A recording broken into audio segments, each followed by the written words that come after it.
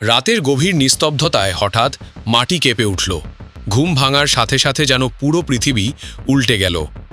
আফগানিস্তানের হাজারো মানুষ ঠিক এমন এক ভয়ঙ্কর অভিজ্ঞতার মধ্য দিয়েই যাচ্ছে। প্রথম ভূমিকম্পে প্রাণ গেল ১৪০০-এরও বেশি মানুষের, আহত হল কয়েক হাজার। কিন্তু এখানেই শেষ নয়।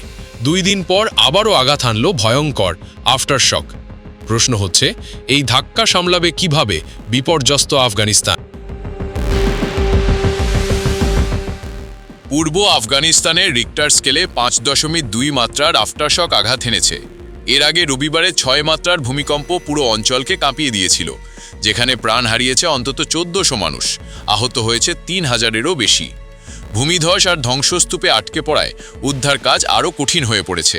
হেলিকপ্টার পাঠানো হলেও দুর্গম গ্রামগুলোতে নামতে পারছে না সহজে, যদিও সাম্প্রতিক আফটারশকের নতুন কোনো প্রাণহানির খবর পাওয়া যায়নি।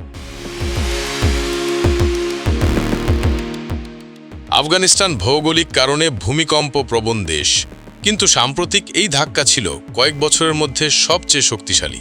সবচেয়ে ক্ষতিগ্রস্ত হয়েছে কুনার প্রদেশ ও আশেপাশের গ্রামগুলো। রাতের আধারে ঘুমন্ত মানুষের ঘরবাড়ি মুহূর্তেই ভেঙে পড়েছে। এক বেঁচে যাওয়া নারী বোস মারজানা জানান, তিনি ধ্বংসস্তূপ থেকে উদ্ধার হলেও তার ৮ নাতি-নাতনি ও ছেলে বউ মারা গেছেন। আন্তর্জাতিকভাবে আফগানিস্তান এখনও স্বীকৃত নয়, শুধু রাশিয়া ছাড়া। ফলে সাহায্য পেতে বিলম্ব হচ্ছে। তারপরেও জাতিসংঘ জরুরি তহবিল দিয়েছে।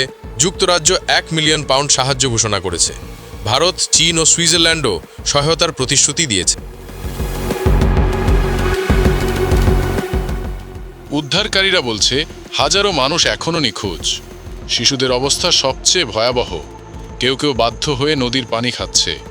ডক্টর শাহির বলছেন, অবিলম্বে সাহায্য না পেলে শিশুদের পুষ্টিহীনতা ও নানা রোগে মৃত্যুর ঝুঁকি আছে।